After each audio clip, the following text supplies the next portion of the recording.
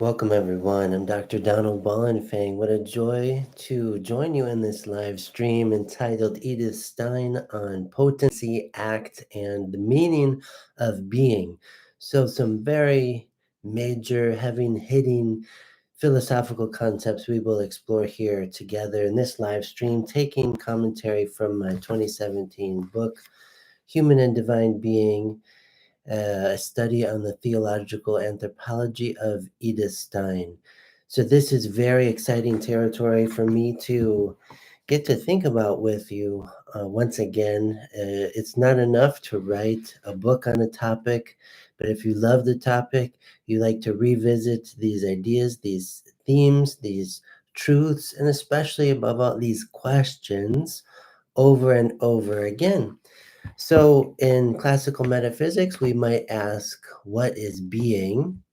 But with a phenomenological influence, we might ask, what is the meaning of being? Not just looking for limited kinds of meanings in terms of metaphysics, but also in terms of givenness, in terms of signification, meaning, and meaningfulness. And this can happen both verbally and non verbally. So, a dance may say more about the meaning of being than a definition. A symphony, a work of art, a poem, a sigh, an expression. All these things are involved in the phenomenological receptivity of the meaning of being. So we want to think about both a phenomenological analysis of the meaning of being, as well as a metaphysical analysis of the question, what is being? Being itself. I just love Edith Stein's reflections, especially in her magnum opus, Finite and Eternal Being. This is hard to get your hands on a copy these days, so I feel fortunate to have this paperback copy of this book. Although I understand Institute of Carmelite Studies Publications is coming out with a new edition, a new English translation, so it should be available soon. But I don't mind Kurt Reinhardt's translation. I think it's quite good. But I always appreciate Walter Redmond's translation. He translated Potency and Act. And so he was making a new English translation of Finite and Eternal Being to be coming out soon. So, in any case, I love what Edith Stein is doing in this book in terms of the question of the meaning of being. So, we want to think again together about some fundamental concepts in metaphysics and also going beyond them, even if to return to them. So, this is always a great challenge, a welcome challenge to me to talk about these metaphysical concepts intelligibly, coherently, meaningfully, adequately to some relative degree. So, these concepts of act and potency. What is meant? What is meant? Something in act. For metaphysics, something in being has being. It has being. So, because it has being, it can interact with other potencies in the local environment to give rise to a new form of being. But we want to think not only in terms of natural science with these concepts, but also in terms of metaphysics. Again, this term metaphysics, which comes from a work written by Aristotle that he didn't exactly name it this, but it was cataloged as the metaphysica, the work after the work that he called physics, his physics, which we would translate from the Greek phuse, nature. So the meta, what is different about metaphysics than simply physics or natural sciences? It's in the meta.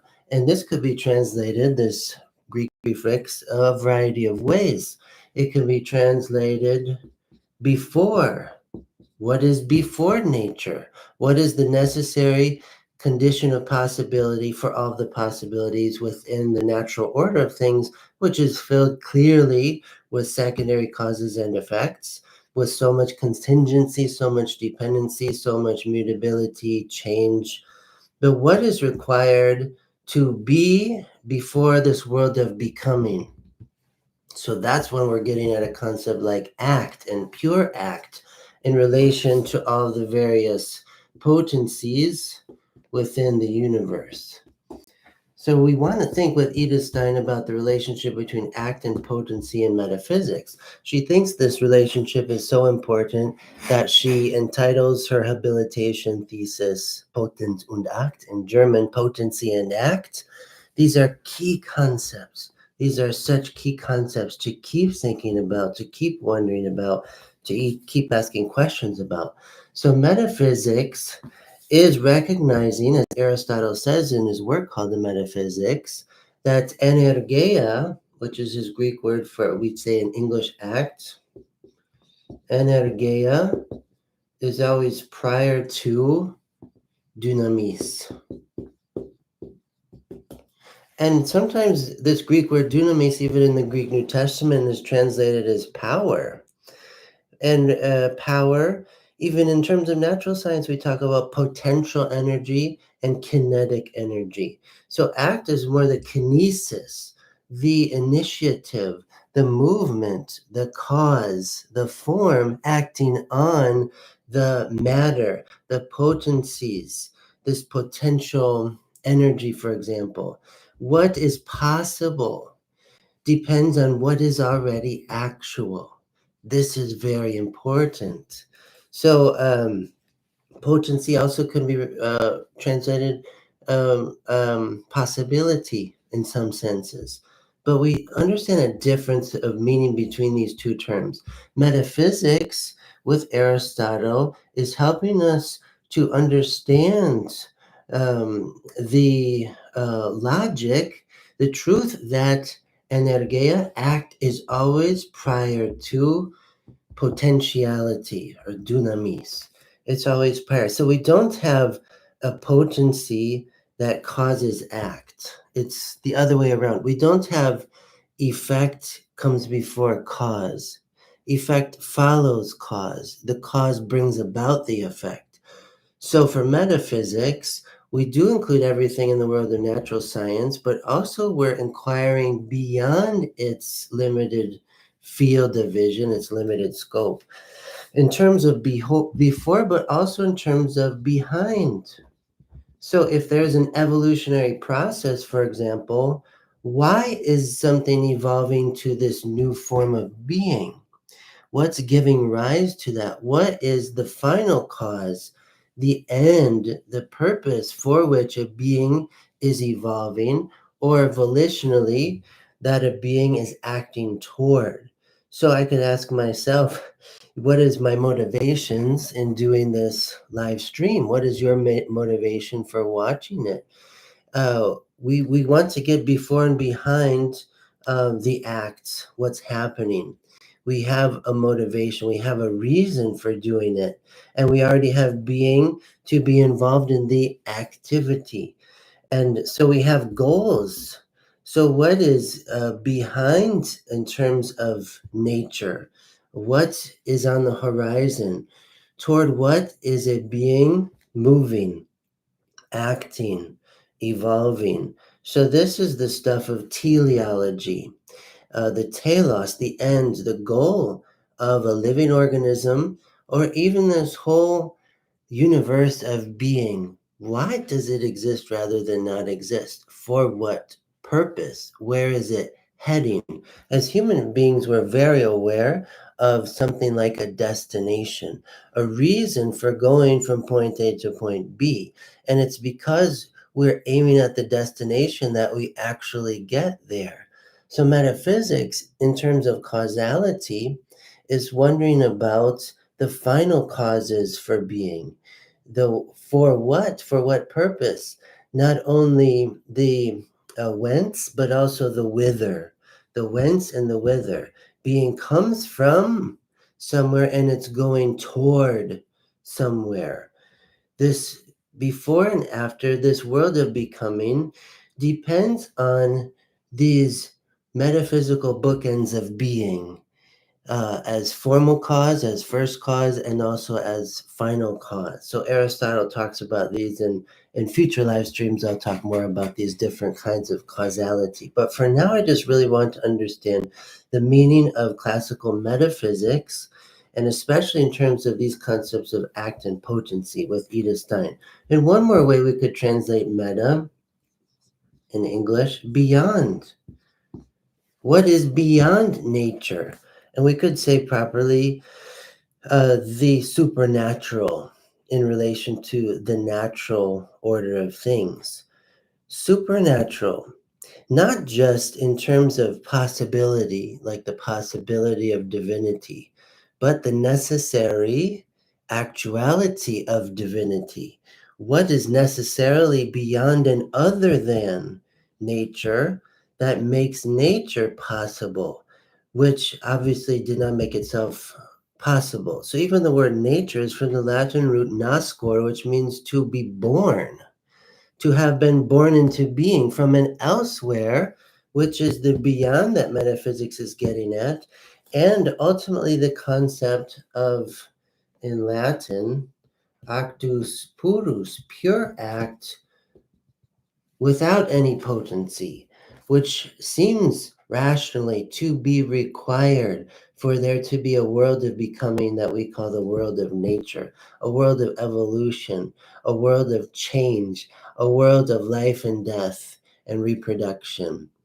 So, growth and development, all these things. The German word Entwicklung, to evolve.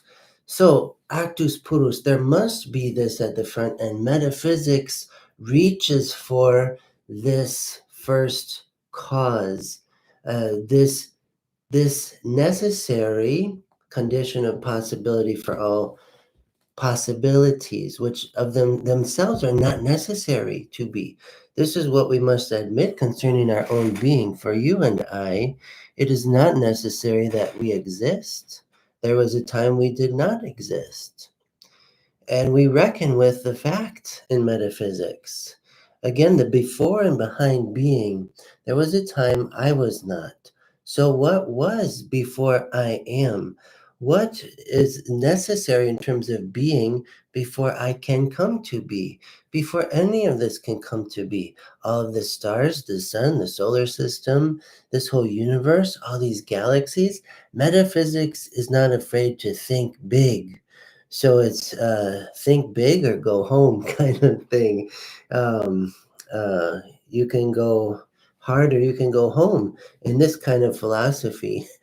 And metaphysics, that's a nice image for it. It is both a domestic contemplation, but also an adventuresome wilderness contemplation outside of the security of the pragmatic. We're going beyond being content with questions like, what's for dinner? We want to ask things like, we want to ask things like, why is there dinner rather than not? Why is there my being rather than not? Why is there something rather than nothing? And all of these questions take us to the before, the behind, the beyond, uh, in relation to nature, the natural order of things, the world of change. So, write the mathematical symbol for change. Nature is defined by change, which means a movement from causes to their effects, and new causes and new effects. But what is the cause that holds everything in being, that all these things that are not the cause of their own being? This metaphysics is trying to get at. So energia is always prior to dunamis. Act is always prior to potency. An act, being already an act or a volitional act, brings about the actualization of a potency to actual being, a new actualized being, actual being. So it's just very abstract, yes. Well, so we need some concrete examples. So something like learning. all of us have potential to learn more, to discover something new, to learn how to do a new skill. In order to learn, we must encounter an actualized ability that we want to acquire and it's a potency for us now, but we want the potency actualized. And so we pick up the book and read. We study, we think, we learn, we imitate. And this process moves us to knowledge of truth, intellectual abilities, the ability to think more than we thought before, a movement from act to potency. Um, in terms of human being, and this I get further into the book very much, talking about all the formal, final, material, and efficient causes of being human, but there has to be a formal cause of being human. If not, even this matter and biological configurations of matter would not have evolved to what we call human if there wasn't the form in front of the evolution and behind the evolution. So metaphysics approaches the Platonic world of forms too, as well as an Aristotelian hylomorphic understanding of being and that intrinsic relationship between form and matter. So form is on the order of act for Plato, morphe and eidos, and form is prior to dunamis, potency, and also a specific material configuration of physical being. All the stuff that fills natural science depends on formal causality. And formal causality is a function of act.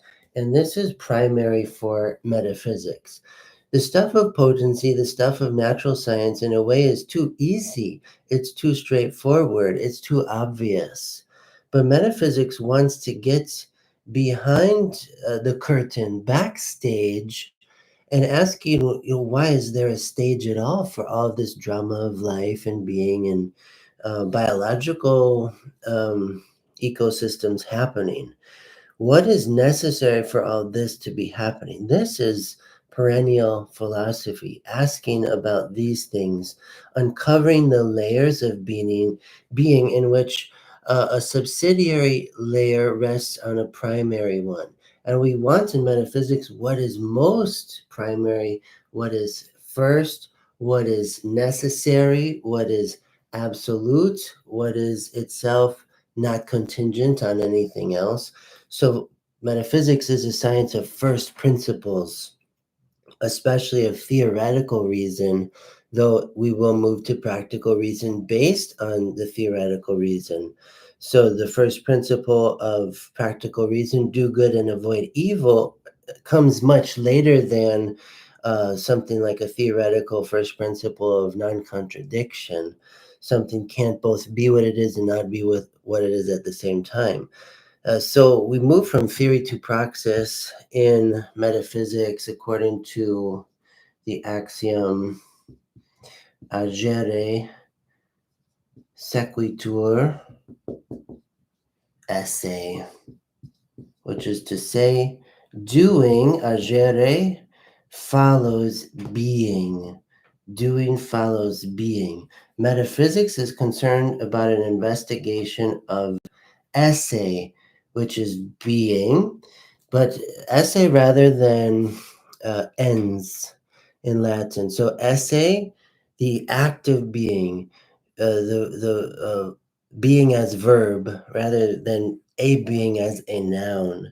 Though we'll talk about ens too, but above all, metaphysics is after act, form, pure act.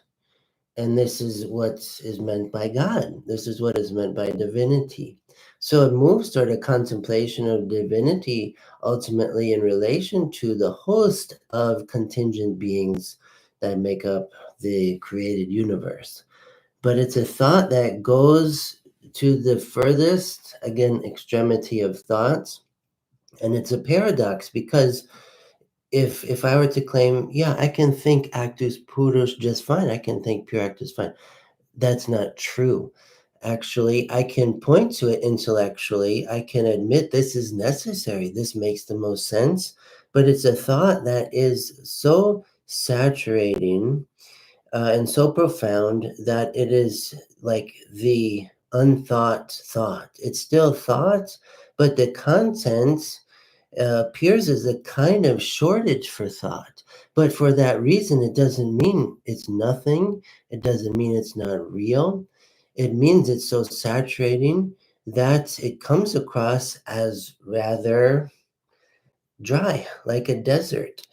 And this is where phenomenology has to reassure the philosopher that we encounter saturating thoughts, and because we can't circumscribe them with our concepts, our measurements, and our definitions, that for that reason it doesn't rule them out of the real. But it's a kind of contemplative philosophy that is able to think certain things and certain things with clarity. Hopefully what I put on the board is making some sense, for example.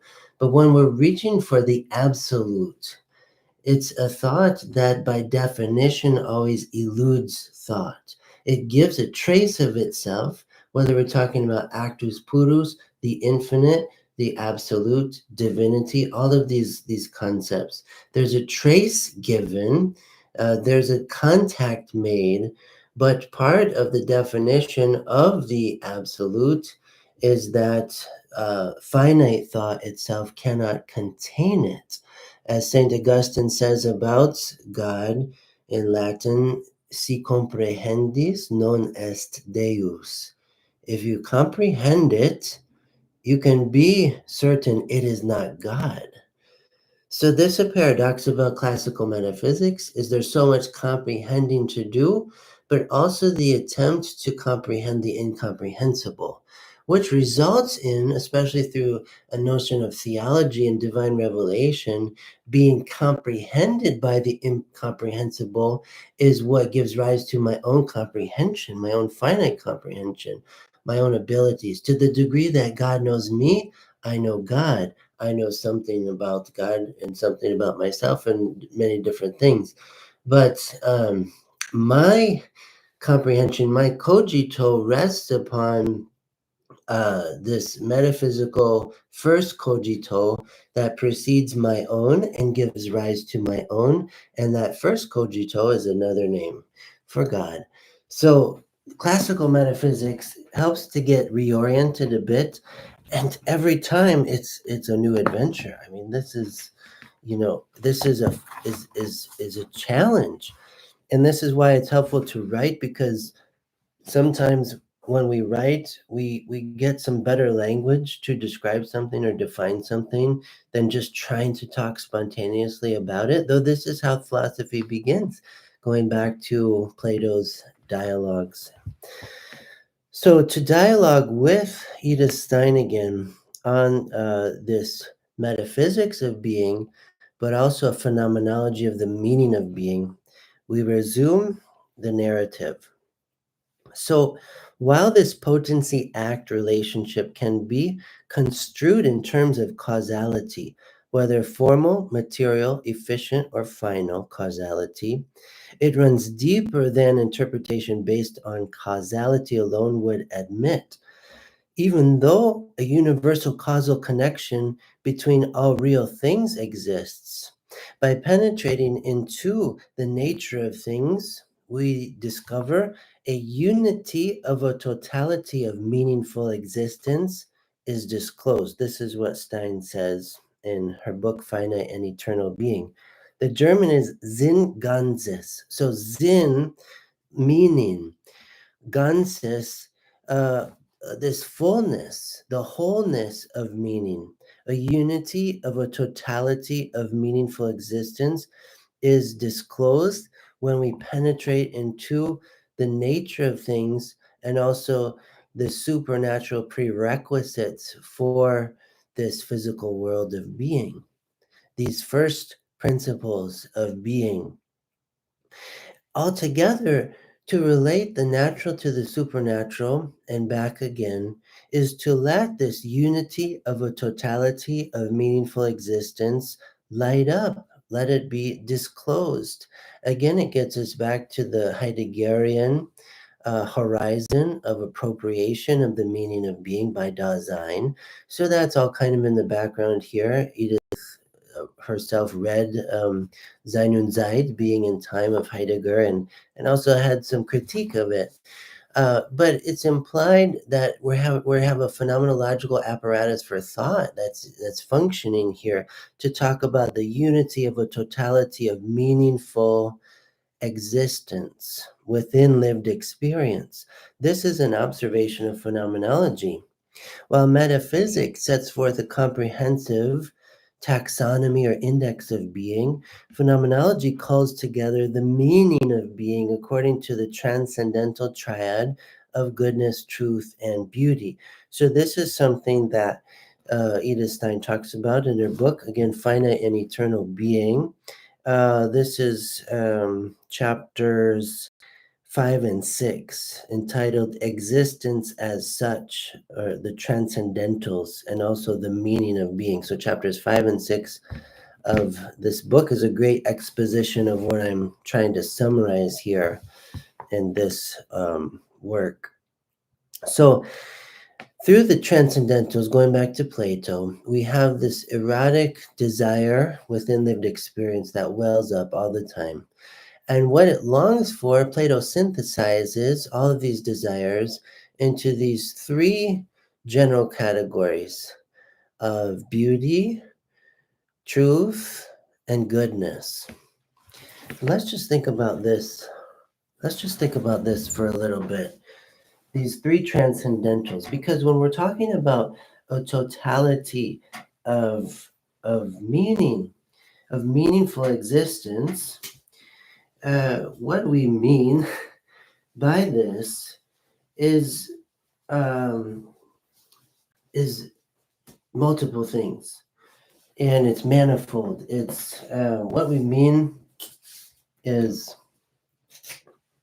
not just in terms of logic and truth, but this is one of the things. So the transcendentals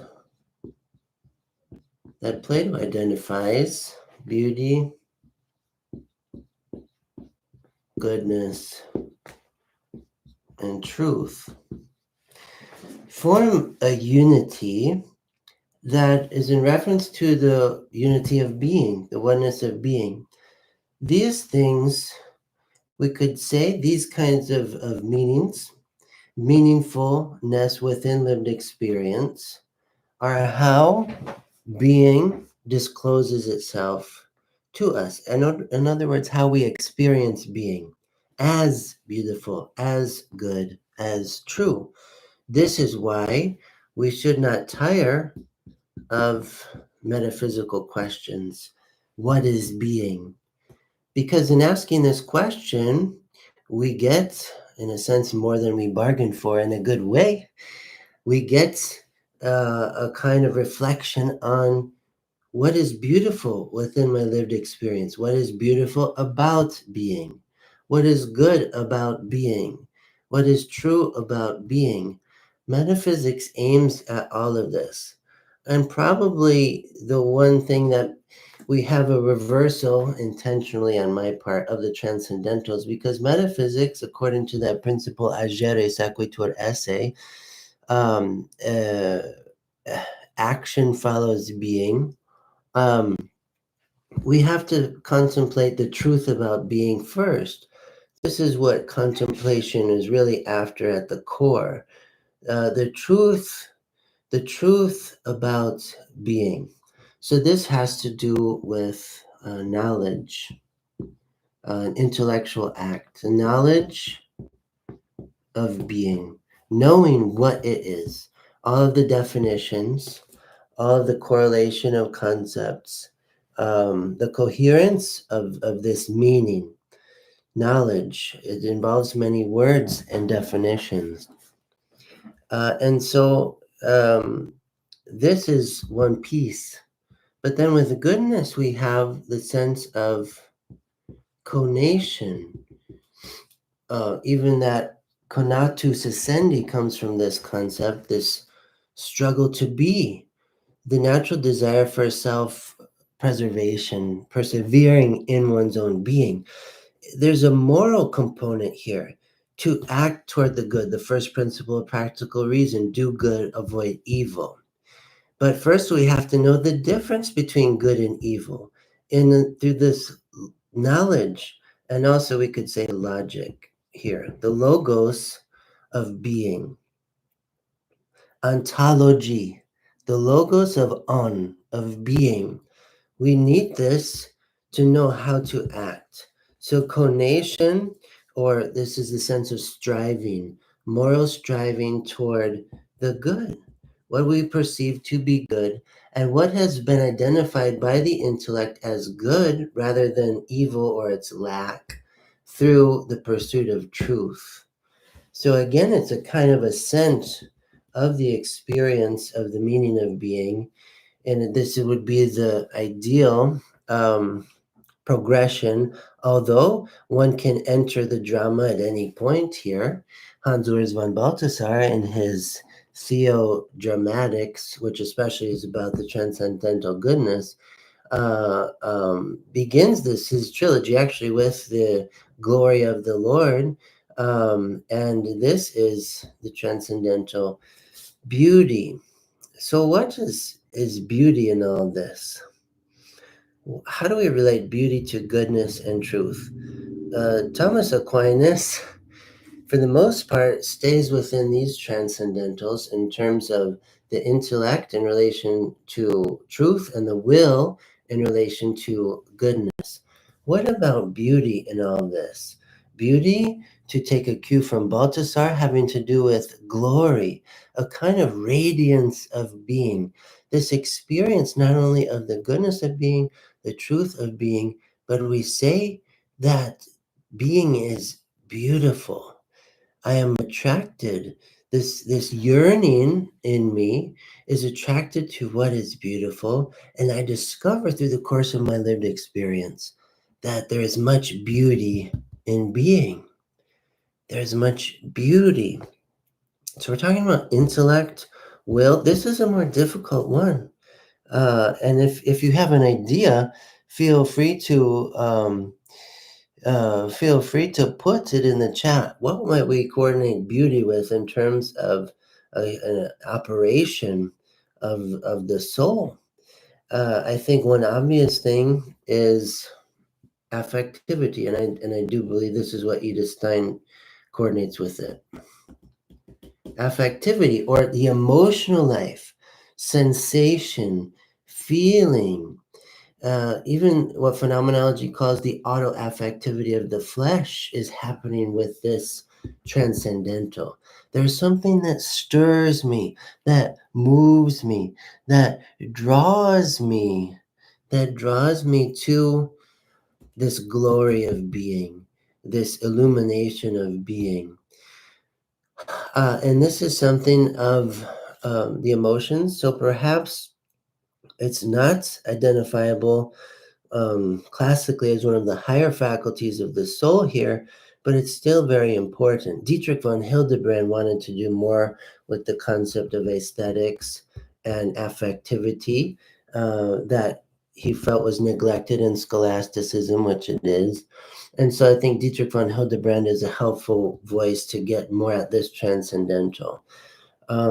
Edith Stein, for her part, admits that it's there.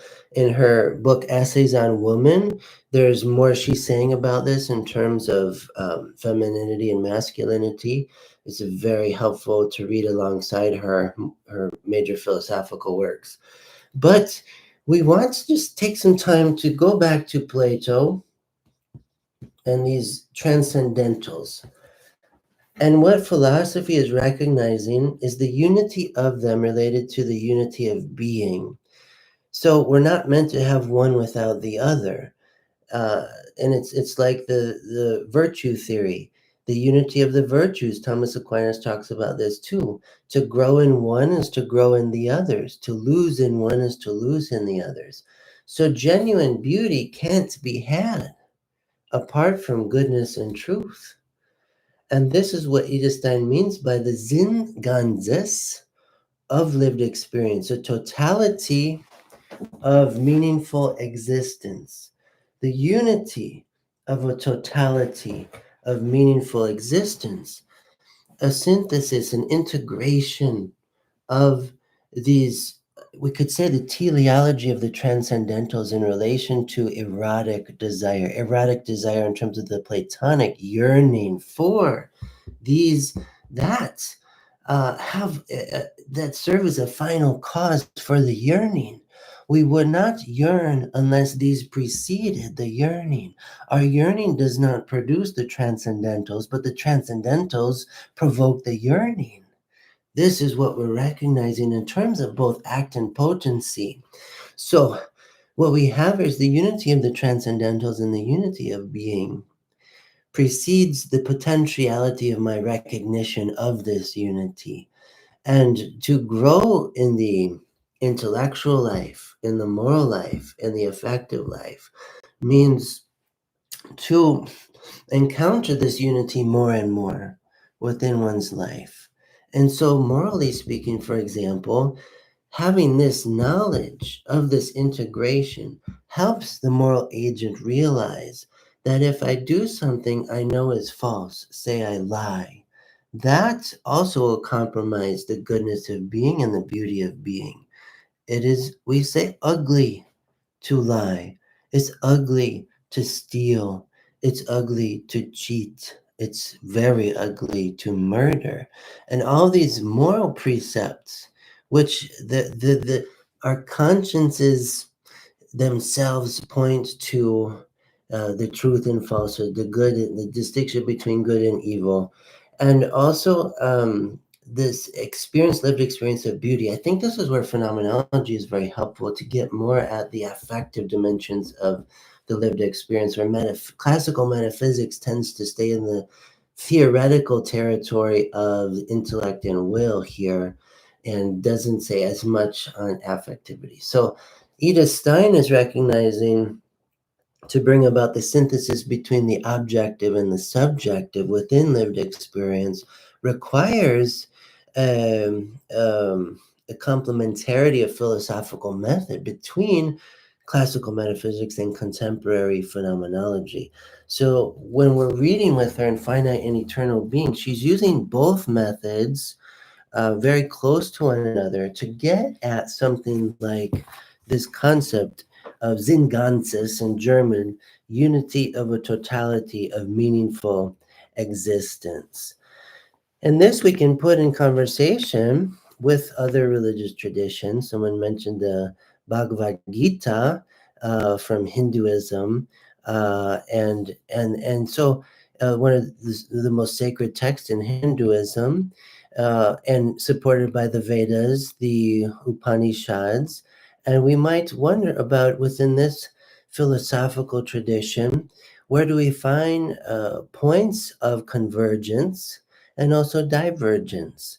So this is a great task for philosophy in our time, living as global citizens, to embark on an intercultural philosophy.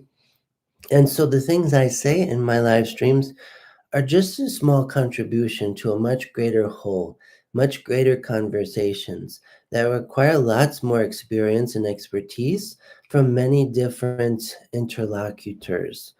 But for now, I continue just to think with Edith Stein and going on with the narrative. So we thought about together these transcendentals.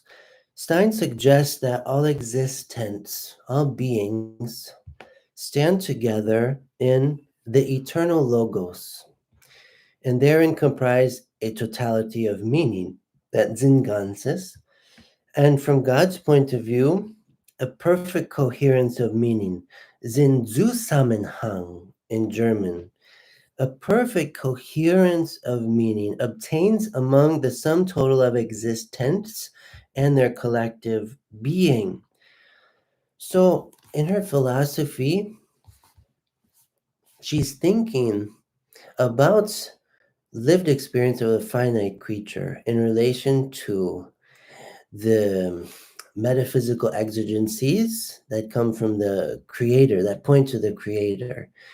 And so, from the creator's point of view, we think about this eternal logos for philosophy that grants philosophy, even if we're dealing with multiple languages, even if we're dealing with multiple cultures and religious traditions.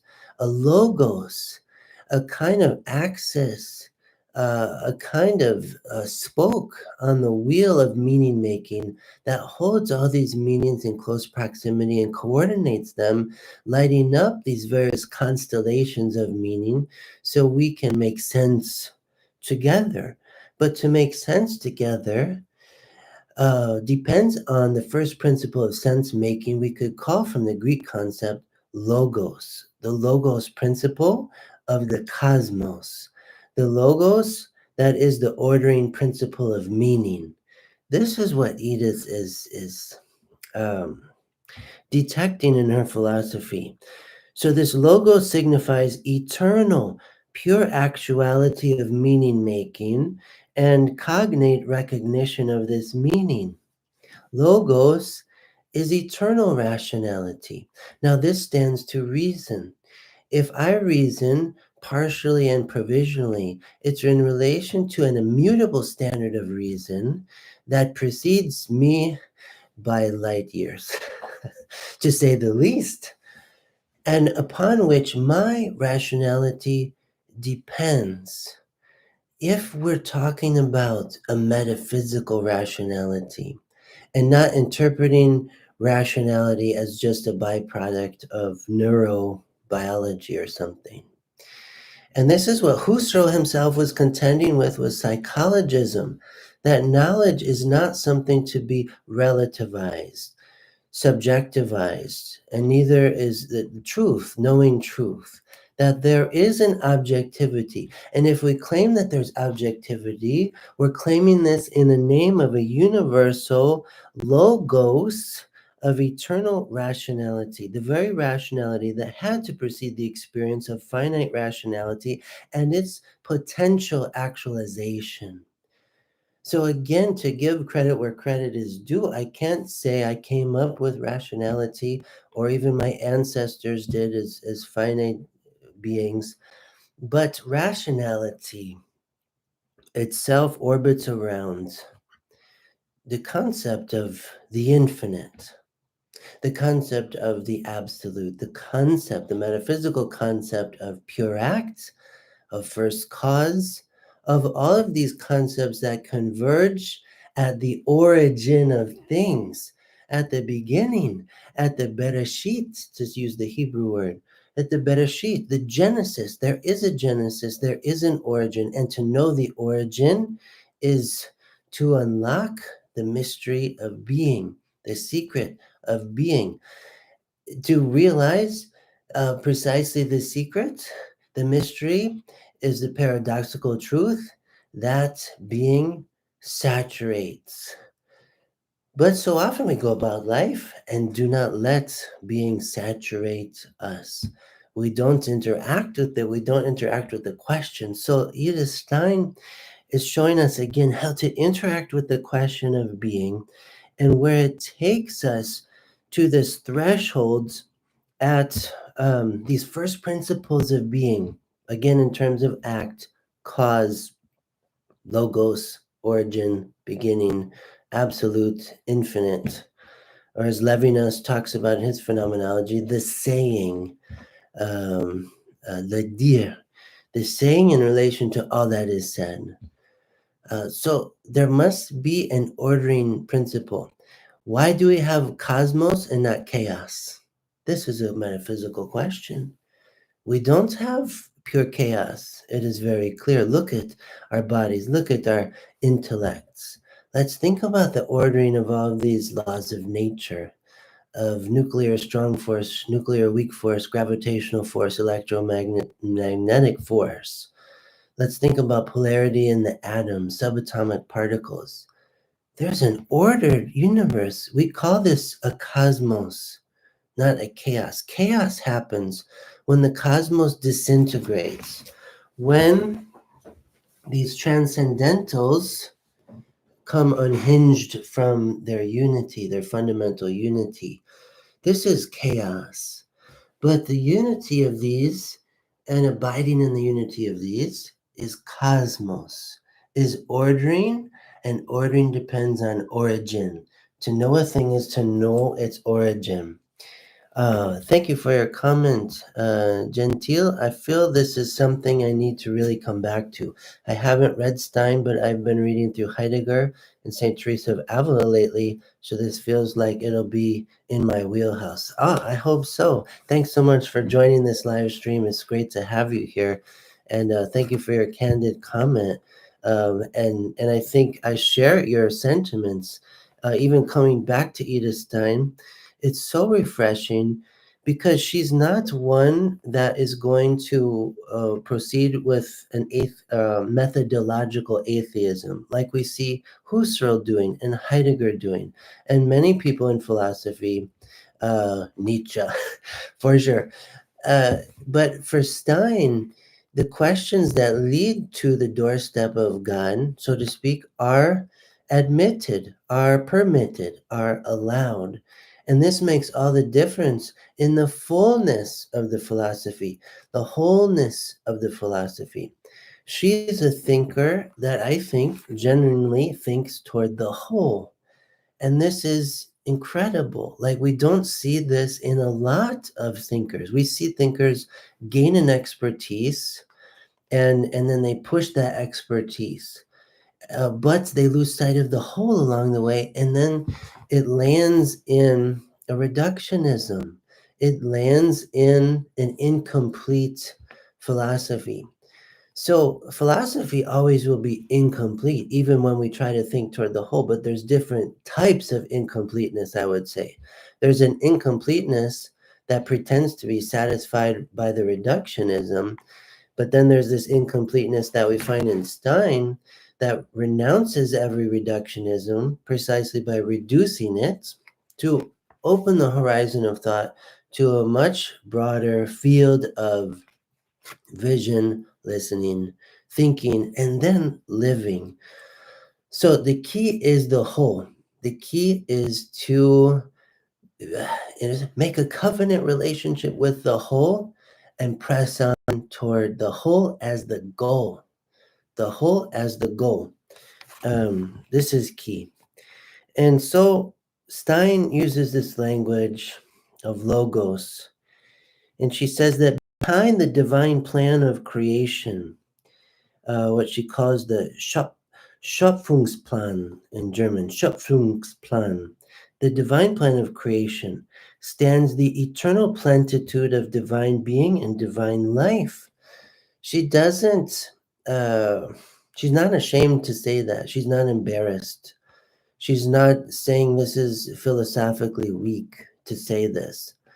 She's saying this is the most strong thing to say in philosophy. Why would we not reference all of this thought, all of this logic, all of these deliberations back to this eternal plenitude of divine being and divine life?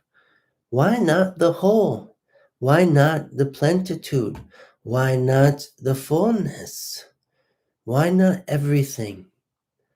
Why not the all?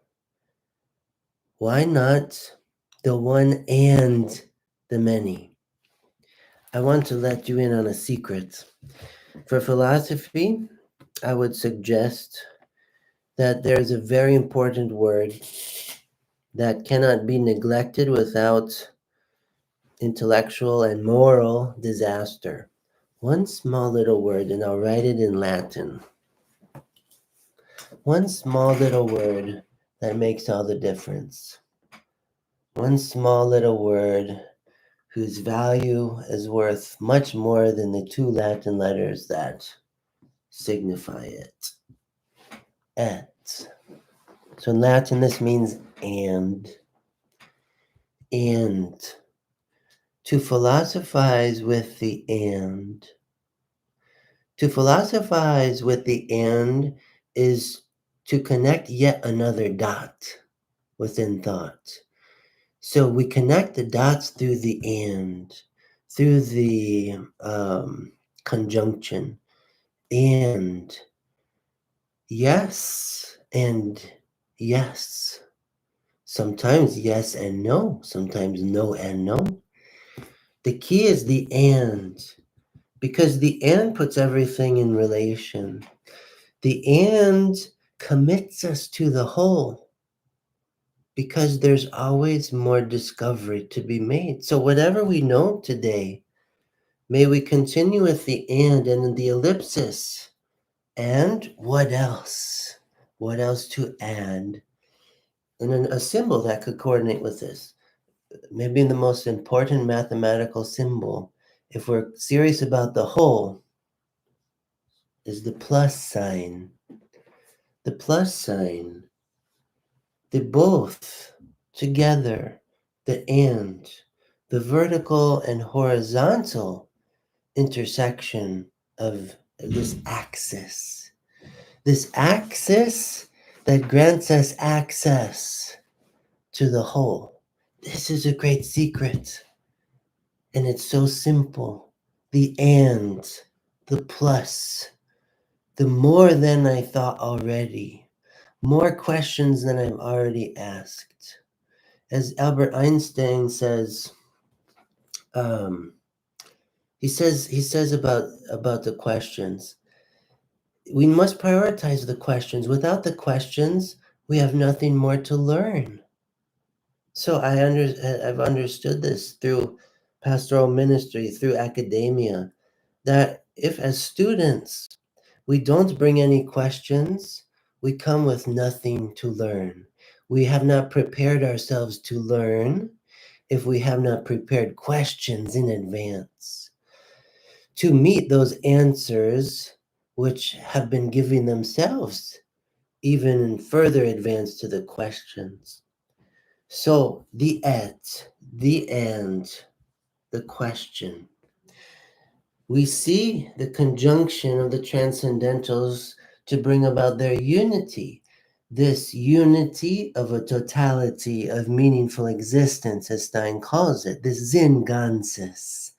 And even when we encounter a fragment, Ganzes im Fragment, the whole revealed in the fragment, the trace of the whole in the fragment of thought, and the trace of the infinite in its approach, for example. So the and, the plus, the addition, what we have to be on guard against in philosophy is the subtraction, is the minus sign, is the amputation, whether in the name of facility, ease, consolation, self-delusion.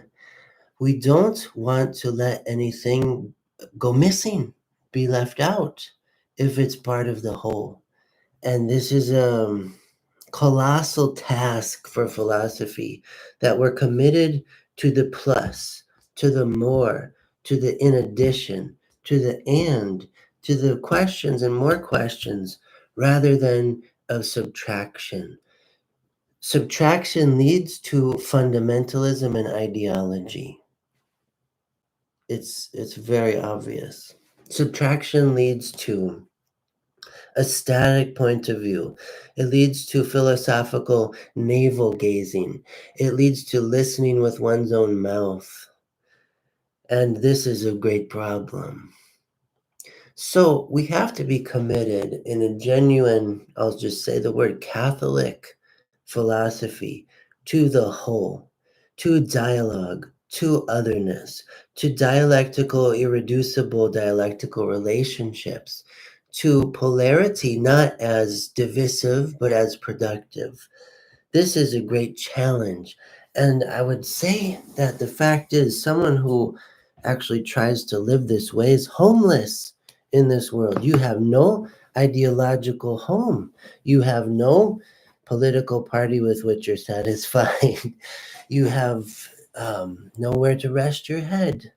You have a risk of losing your job all the time, because you witness to this prophetic otherness of the inbreaking of the infinite, of the saturating more than any of us have thought yet, and you point to it, and yet you don't possess it. And people get upset at you because you're this witness pointing something that you don't possess. You're just giving indication. And yet the human urge is to want to possess, is to want, is to try to uh, conflate and convert philosophy into power. And that's not the point. That's not the point. And so a very sad thing happens with Nietzsche's philosophy is that this is what ultimately it's suggesting, even if he's giving an honest hermeneutics of suspicion for a good percentage of human motivation, even for doing philosophy. But we have to realize, what about hermeneutics of suspicion, and what else, what else, what else? We can't forfeit the whole, even in the name of intelligence, even in the name of postmodern going beyond the meta narratives. The danger with forsaking the attempt at a meta narrative is that we move toward nihilism. If we don't have that unity of a totality of meaningful existence, which will involve the metaphysics that gives rise to a humble meta narrative, not a fundamentalist reductionistic one, but at least a working toward the whole, a gathering up of the fragments toward the whole. If we don't have this, we will be on the path toward nihilism and eventually fatalism, because we lack meaning. So this is decisive for us human beings, us agents of interpretation and meaning making and ethical action. We must think, we must philosophize toward the eternal plenitude of divine being and divine life.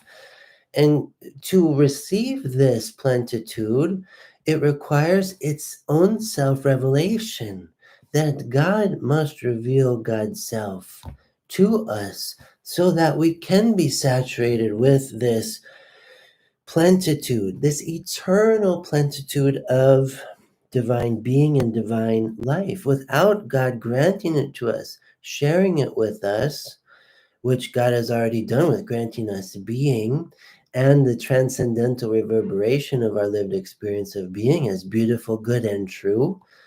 If we don't allow revelation to have a place within philosophy, and to let philosophy have a place within theology, then we go on the path of all these various reductionisms, and we end up at dead ends in a maze.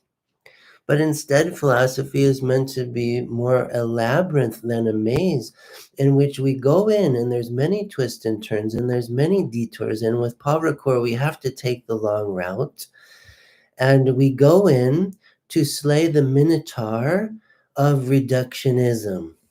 This must be a commitment of genuine philosophy, to slay the reductionism, to slay this reductionism, and to emerge through the thread of Adriana out of this unicursal exploration of philosophy. Unicursal because it's everything's tethered to the axis called the logos of meaning making. And so we go in, and there's a universality and an objectivity of truth. Indeed, there are universal moral norms. Indeed, there is a universal metaphysical substance we call human. If this were not the case, then we're in a very eugenic situation, which will lead to genocide, and it has in human history very tragically. So this is why philosophy is central for being human. We are the rational species, after all. Stein's confession of God's existence here involves an act of belief in which she reaches for the absolute holds Halt in German, the absolute hold of all that exists, and by it feels herself upheld. Yet she insists that there can be a universal recognition of God, insofar as there can be a universal recognition of the necessity of pure and absolute actuality and being as such. In a word, eternal being. So, this is why she titles her book Finite and Eternal Being. There's so much said in the title.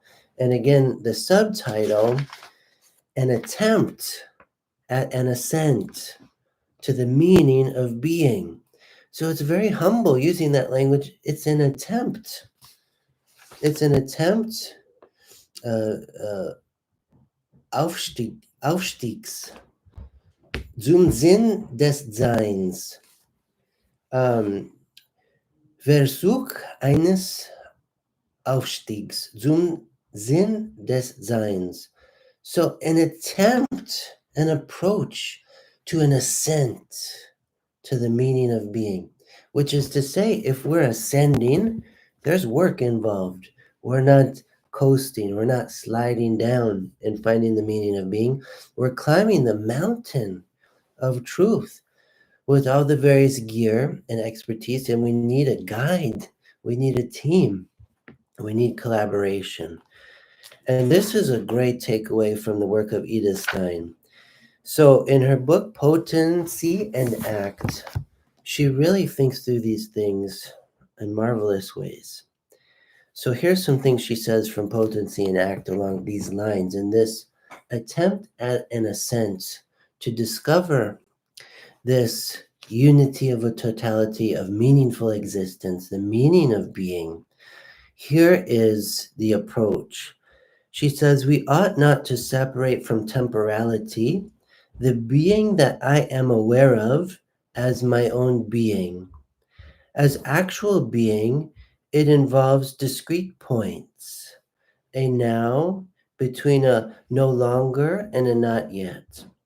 But since its flowing character, being, unfolding through time, the temporality of being, being as becoming, but since its flowing character is split into being and non-being, the idea of pure being unveils itself to us, a being, a kind of being, which in itself has nothing of non-being, in which there is no longer, and no not yet, and which is not temporal but eternal. Wow.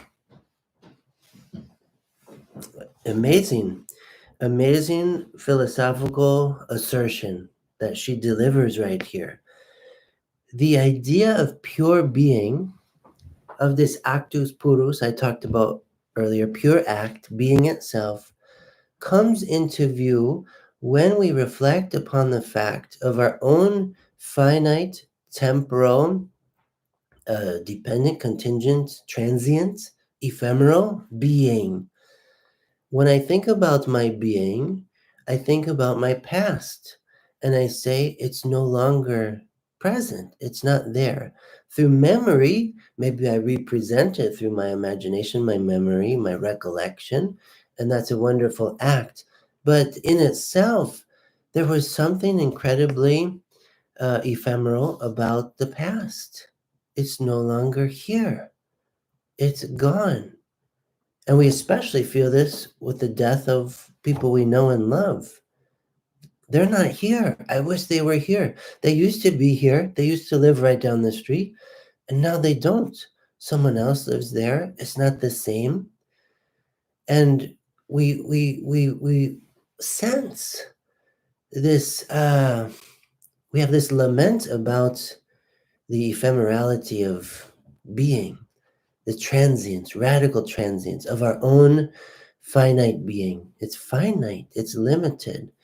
It has a before and after. It has a past that reaches into nothing. There was a time Donald Lee Wallenfang did not exist. I wasn't here. I had no being. I have to admit that. I can't act like I've always existed. I had no being, and that nothing is no longer. Thankfully, here I am. Here I am. But throughout my life, all these 40 some years, each moment is no longer, and we have that sense of memory that there's this bittersweet paradoxical phenomenon about memory. Even our best memories is, oh, I wish I was there again, in that elsewhere of the no longer of the past. So the past is this way, but also is the future, Stein says. The not yet. The not yet can be very troublesome to us. What will happen in the not yet? I hope it's good. And what we're yearning for, is it not what Stein calls this eternal plenitude of divine being and divine life? May it be there. May it be there not just as possibility, but as actuality. But what she's saying in this logical assertion is that since my own temporal being moves, has a flowing character, split into being and non-being, this is the case overall and from moment to moment. Um, it is, and then it's not. It is, it's not. It is, it's not. This order of becoming is a constant movement out of nothingness into an abiding in being. This coincides with Einstein's theory of relativity, that being is born in the event, and every event of my existence, which is a constant. It's like this curdling of being from nothingness by a causality that certainly is not my own. And Stein points to the causality, the other than this caducity of temporal being. There must be an ontological other to this world of becoming. And this ontological other she calls pure being. The idea of pure being, pure acts, no change, no movement from act potency, act potency, act potency, acts. It unveils itself to us in our reflection on that ontological difference between being and non-being. That reveals the more definitive ontological difference between pure being and this world of temporal finite beings, which is the universe, which is the stuff of natural science and physics. We cannot apply the laws of physics, the so-called laws of nature, to pure being. It transcends them by definition. It is what is necessary for there to be all of these laws of nature and things of nature and this very contingent, transient, ephemeral universe. And all the great world religions touch upon this point in one way or another. The concept of Brahman in Hinduism, the movement of Shunyata in Hinduism and Buddhism, this emptying of the self to reach the called the anatta, the non-self. It's getting at the truth that with the self, there's also the radical truth of the non-self. There was a time I was not. Myself is so temperable, it's sustained in every moment by this pure being that is not identical to myself, that issues an absolute hold on my being and permits me to be. Permits me to be. So philosophy is reaching this kind of conclusion with Edith Stein. Then through this kind of reflection, we hit upon pure being, eternal being, rather than finite, contingent, temporal being. There's a different kind of being altogether, not a being, not a noun like you and I and every animal and plant and mushroom and atom and subatomic particle. That is in a cosmic progression of metamorphosis. To be finite is to be in this cosmic drama, Yes, it's a drama activity of metamorphosis. And we have this concept in Hinduism, so I'm thankful for the comments with reference to Hinduism of this kind of ubiquity of being and the yearning for um, uh, nirvana, which is an evacuation beyond the temporal flux of being. So all the great world religions point to this in different ways. For Christianity,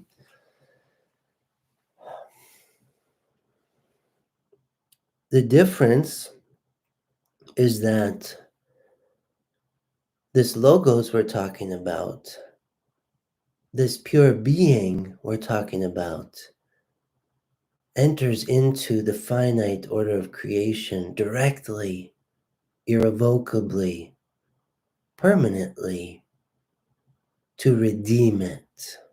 Not as an idea, not as a philosophical system, but in person, in the flesh, in the concrete, in the plain and ordinary.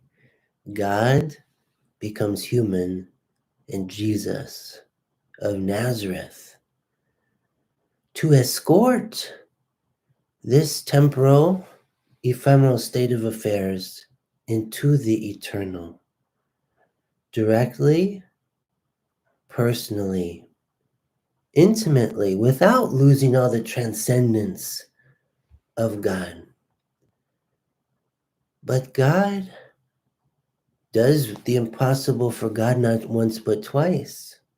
Once creating the universe, ex nihilo, from nothing, and second, entering into it, stepping into it directly.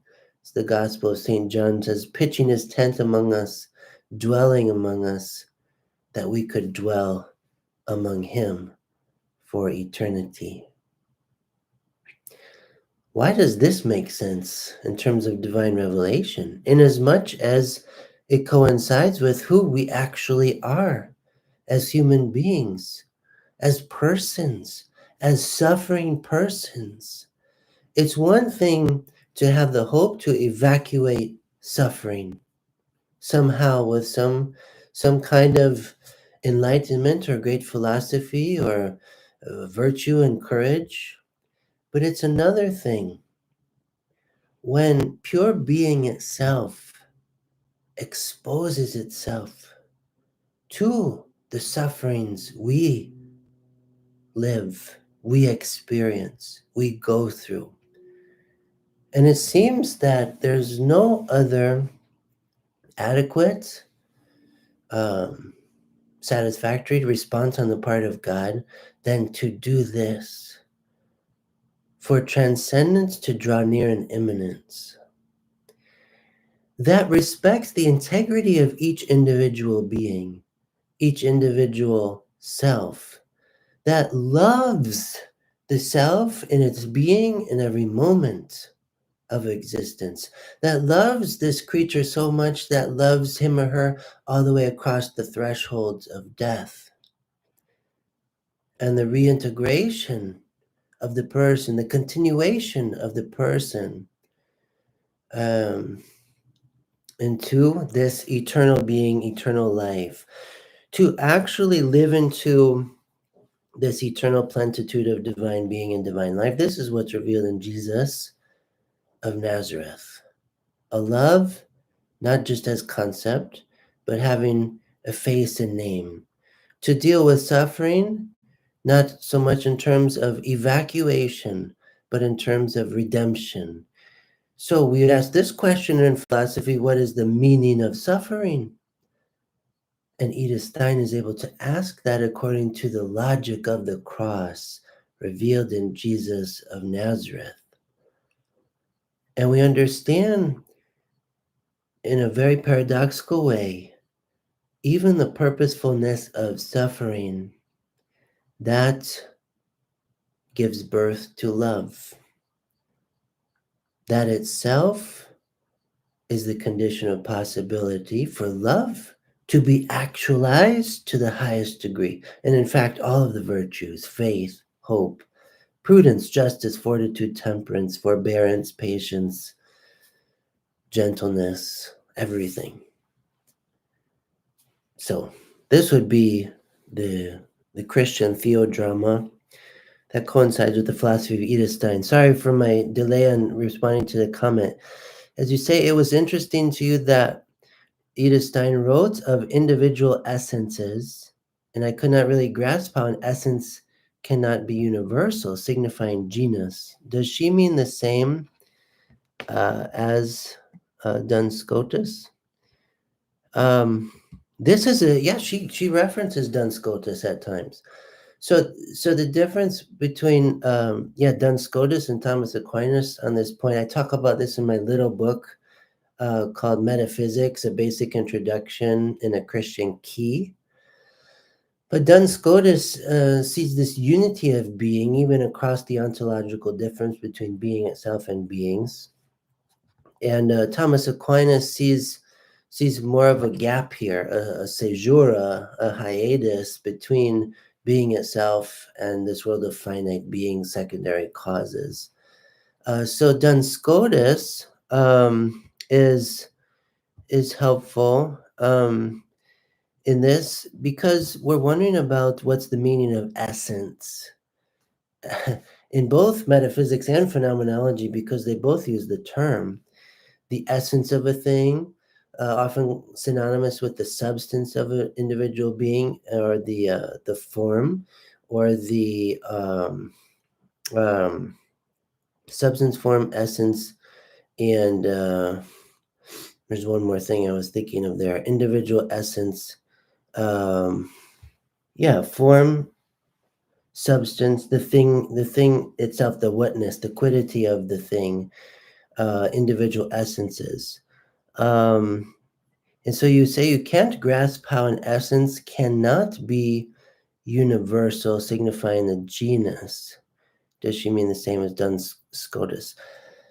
So I think she's influenced both by phenomenology and metaphysics on the question of the meaning of essence. And it's really interesting to get into the original German, and when we might translate something essence in finite and eternal being. She's using multiple languages to communicate what she means, going back to more ancient Latin and Greek, in addition to the German uptake of these things. So she'll use the language, for example, both sein and Wesen, that could be translated being. And so we have a lot of nuance in the German. And I think she's influenced, of course, both by metaphysical understanding of essence and phenomenological understanding of essence.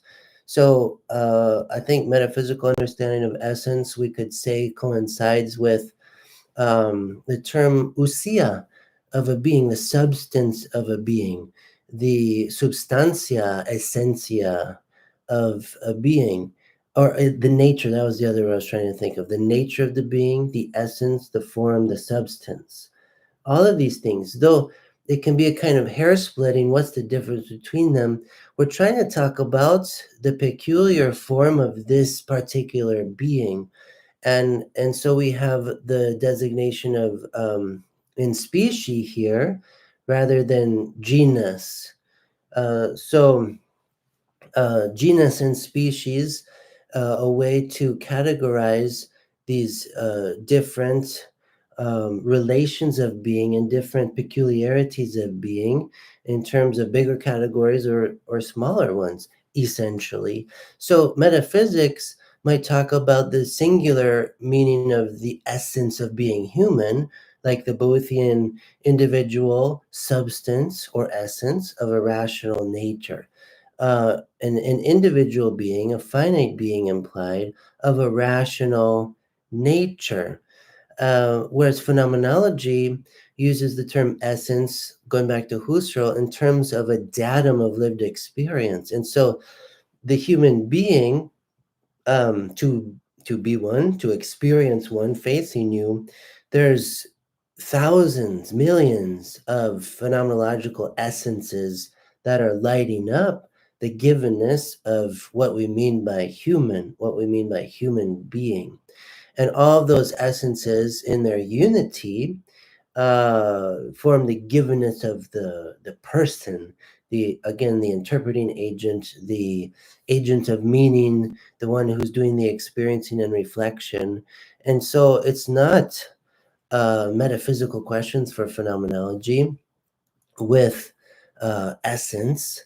It's all in terms of givenness and signification. The essences that are synonymous with meanings, the meanings of the given meanings, the signified meanings within lived experience, conscious lived experience, where that must be interpreted, received and interpreted, described, and then responded to.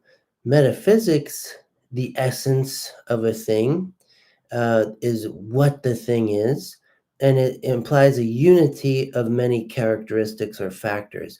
A particular configuration of a particular kind of being is based on the formal essence of the being.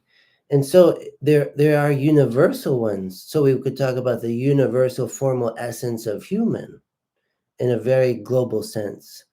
But then at the same time, we can talk about the accidental characteristics of this particular human or that particular human, and this is where metaphysics will use the language of accidental property of the essence. We could say the irreducible essence. So essence is the substratum, the substance that defines a being as a this or a that, a human or a tree or a bird, and so on. So I hope this helps get at it a bit. It's so enjoyable, I would say, to ask these kind of questions, because it causes us to, again, dig deep and think, and to try to communicate the thought through language that is rational, that is coherent, that makes sense. So I think you and I could have more dialogue about this, and I'm interested to learn more about these distinctions as I continue to learn more about metaphysics, for sure. So thank you so much for the question. And then this comment, natural law based on nature. Yeah, as nature. Yeah, this is classical metaphysics is the basis of natural law theory for philosophy, and then applied within moral philosophy. First comes being, then comes morality. Agere sequitur esse. Doing follows being. And natural law gives us indications as to how to live based on the ontological stability of beings in this order of being. Yes, all these different concepts. For classical metaphysics, we have this key relationship between essence and existence. And there's only one kind of being whose essence is existence itself, and this is God. St. Thomas Aquinas says this. For all finite beings, our essences are contingent, are well defined. Even if we're talking about this symbiotic biosphere of our existence, which includes our animality, our biological organism, but we can't reduce ourselves to that interpretation, because interpretation already implies so much more possibility than a reductionism to the medium through which we sense and think, namely the body.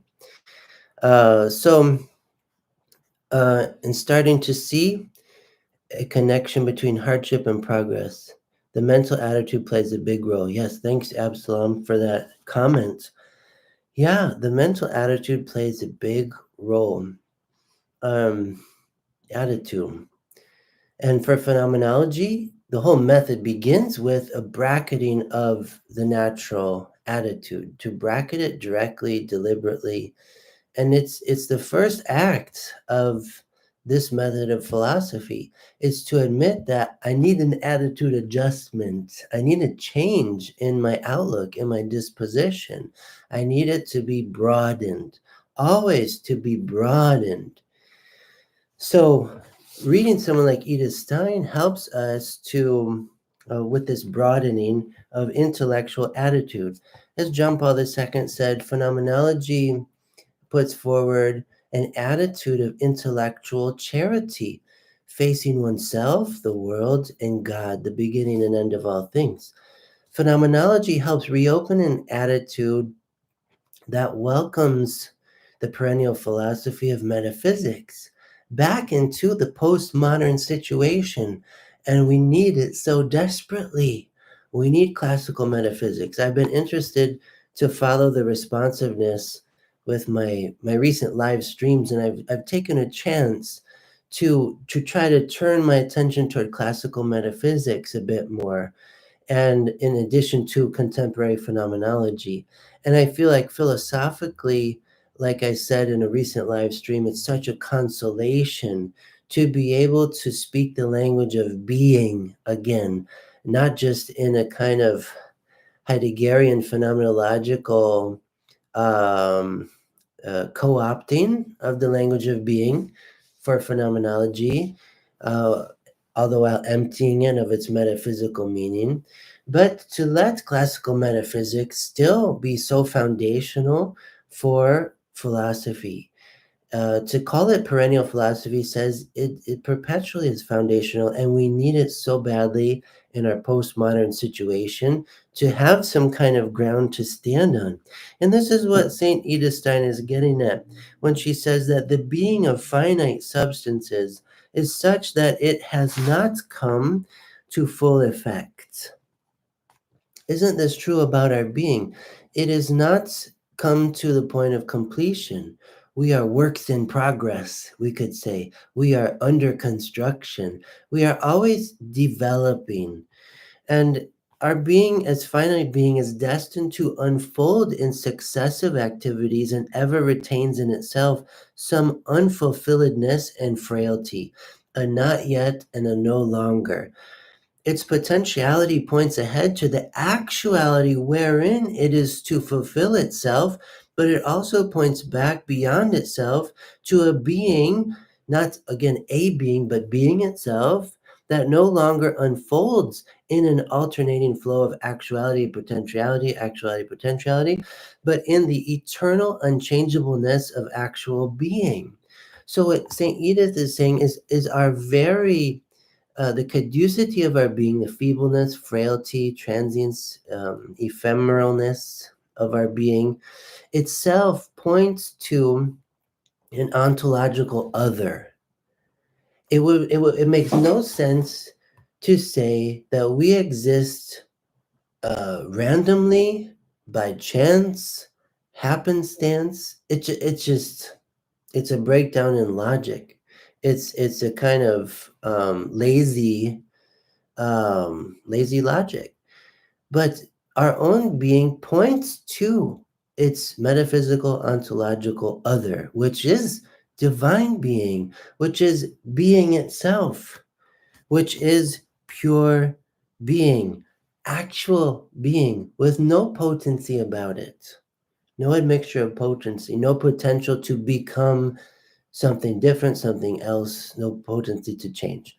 And someone might raise the question, well, in theology, we get all this talk about God as if God's like a human as God, not to mention Jesus, but God before Jesus, God as God, as if God is finite, changes his mind, has emotion, all these things. And this is just a technique within divine revelation. Divine revelation is the word of God in human language. It can't be otherwise. But what we find here is what's called anthropomorphisms. And so when we speak about God from our lived experience, it's always through the analogia entis, the analogy of being, and we, in a sense, superimpose on our interpretation of God things out of our own lived experience. But it's like one of my biblical theology professors said at Loyola University Chicago, God created us and then we return the favor, anthropomorphizing God. So it's not that God is anthropos like us. God is not a finite creature like us. In Christianity, we believe that the infinite God became finite through the hypostatic union between the divine nature and the human nature and the singularity of the personhood of Jesus of Nazareth. So there's a rich Christology, metaphysical Christology there to think about. But God qua God, God as God, is precisely not finite at all. And that's what Edith Stein is getting at here. God's being is actual being. We read in the letter of St. James, in whom there is no alteration or shadow caused by change. She goes on to say, ask this question: can anything uphold my frail being, which touches upon genuine existence only from one instant to another, save true being, wherein nothing of non-being is found, and which stands changeless by itself alone, unable to have nor needing any other upholding? So she's saying, what else grants me being than this actual being, pure act, that itself is not being held by any other? Something holds me in my being, to use the German, halt geben, gives me holding, gives me being, grants me being. And there's that phenomenological language there too. Geben, given, Gegebenheit, givenness, holds me in my being.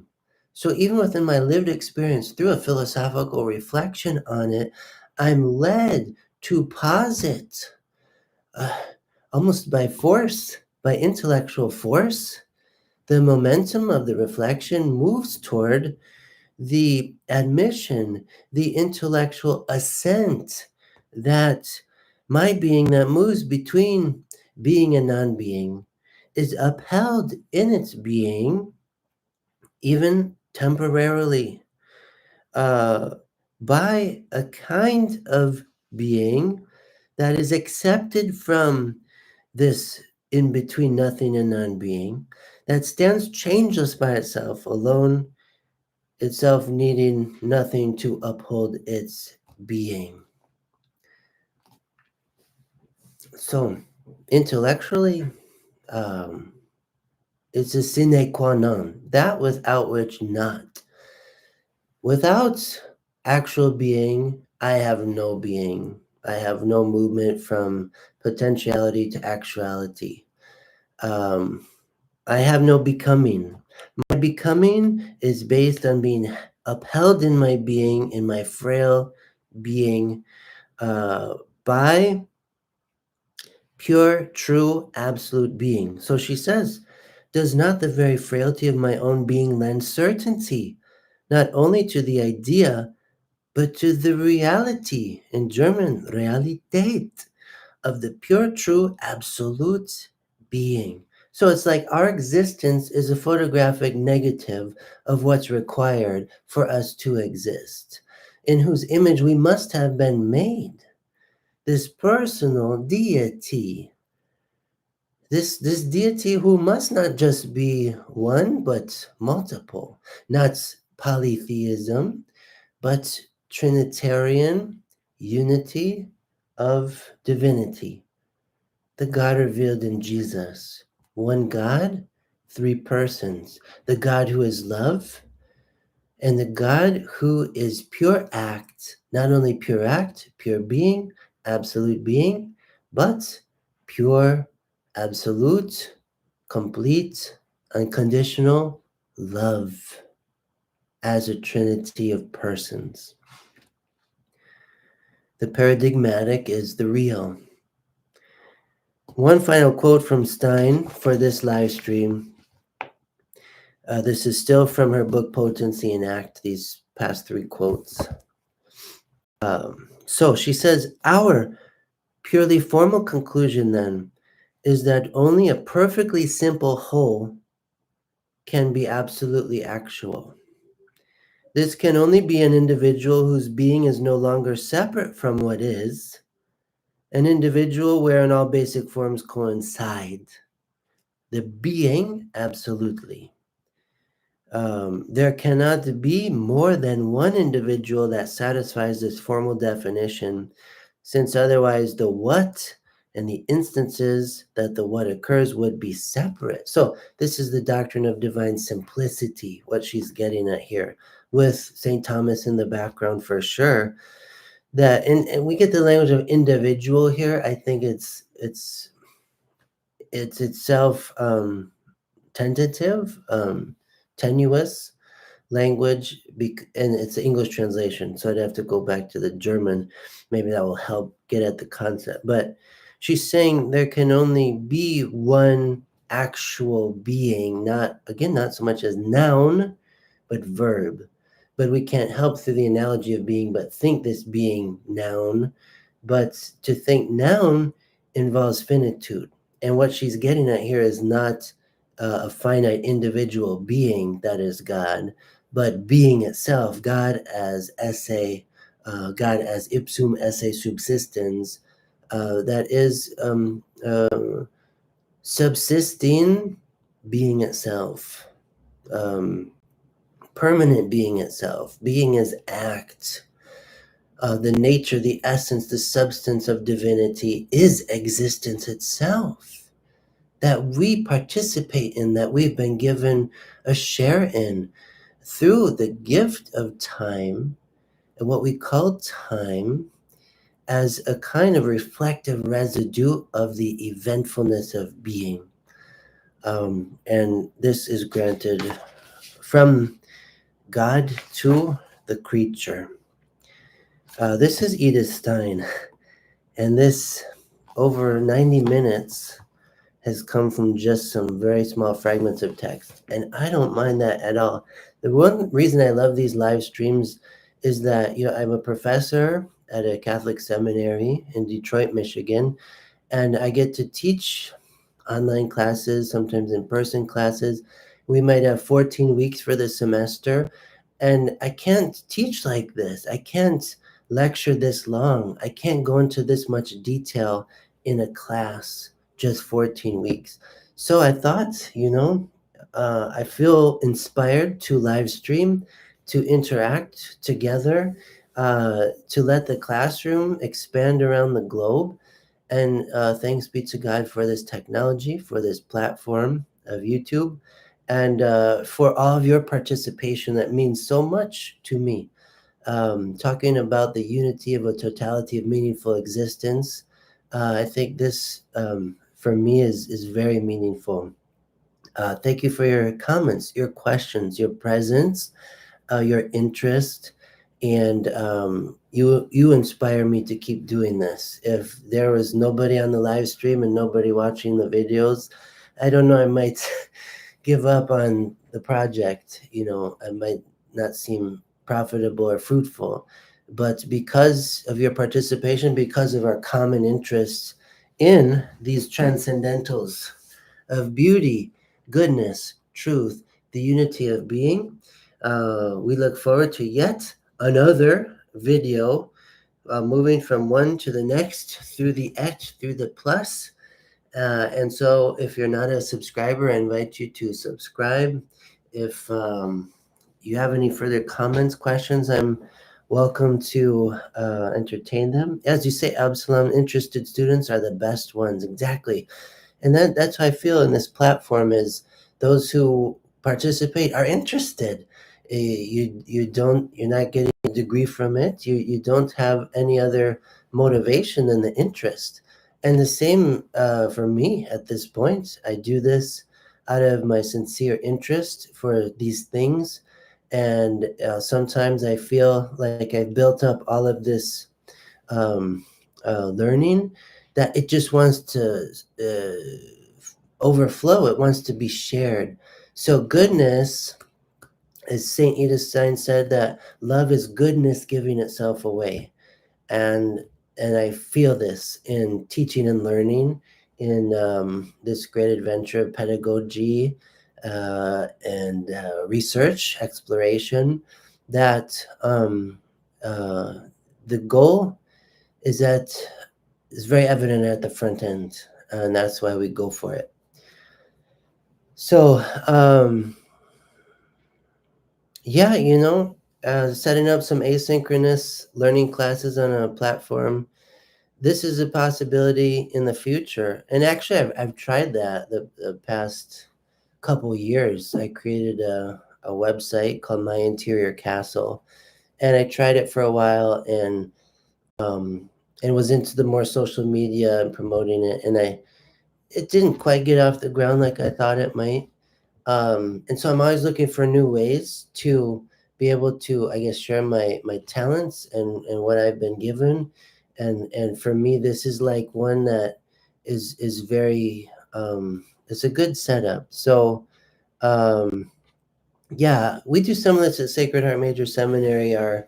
We have some free online classes you can find there through the website, the Equip platform. So I'm involved in some of that, and also I'm involved with what's called the Benedicta Institute for Women. It's for women to participate.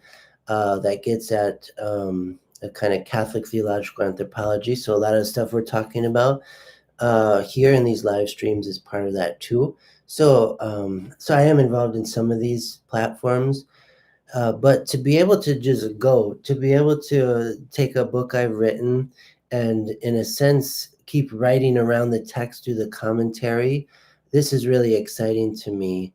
And so just this platform, which is so spontaneous, and it's so I guess visible and accessible, that I'm enjoying it very much. Uh, this YouTube platform, and thank you for joining me in it. Again, if there's any further questions, happy to entertain them. Otherwise, we'll wrap up this live stream on Edith Stein talking about Potency Act and the meaning of being. Still just beginning, and it gets much more wonderful territory. So in our era, I might say this too, like I could write, and I plan to, as inspired, write more books. And it's like, to write a book first is important to get it published, but then to use it as a springboard to keep thinking. And so I feel like, doing a live stream, doing a video like this, it's an act of publishing. It's a new act of publishing. I could write more academic journal articles, and I'm writing one right now for a book chapter.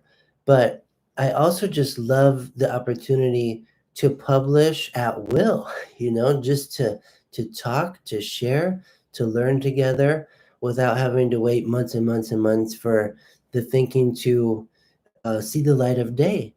But with YouTube itself, it's like, to do this is a new act of publishing, perhaps as good as an academic journal article. I mean, if we transcribe these live streams, these themselves could be a kind of article, probably needing some revision and polishing, but why not?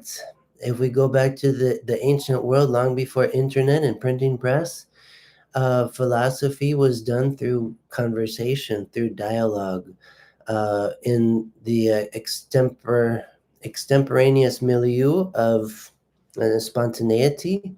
And we think of the peripatetic school of Aristotle, how they walked and talked and learned together. And I see this as part of that, a kind of mobilization of truth. And there's definitely an evangelical element about this, wanting to share the good news about truth in all of its various facets, both philosophical, theological. This is the concentration on what I do, but of course I'd recommend interdisciplinary learning, degree programs, real university studies where there's still liberal arts, literature, history, music, the arts, languages, grammar, logic, rhetoric, thinking about the quadrivium of the medieval universities, arithmetic, geometry, astronomy, music, Because why? So we can think toward the whole. As human beings, we yearn for this. We yearn for the unity of the transcendentals to make contact with the unity of the totality of meaningful existence, this Zingansis that Edith Stein is talking about. And so I hope that these videos, these live streams serve that end. Again, thank you all so much for joining me. It means so much. May we all continue to think toward the whole, to pray from the heart, and to live as a witness. We'll see you in the next one.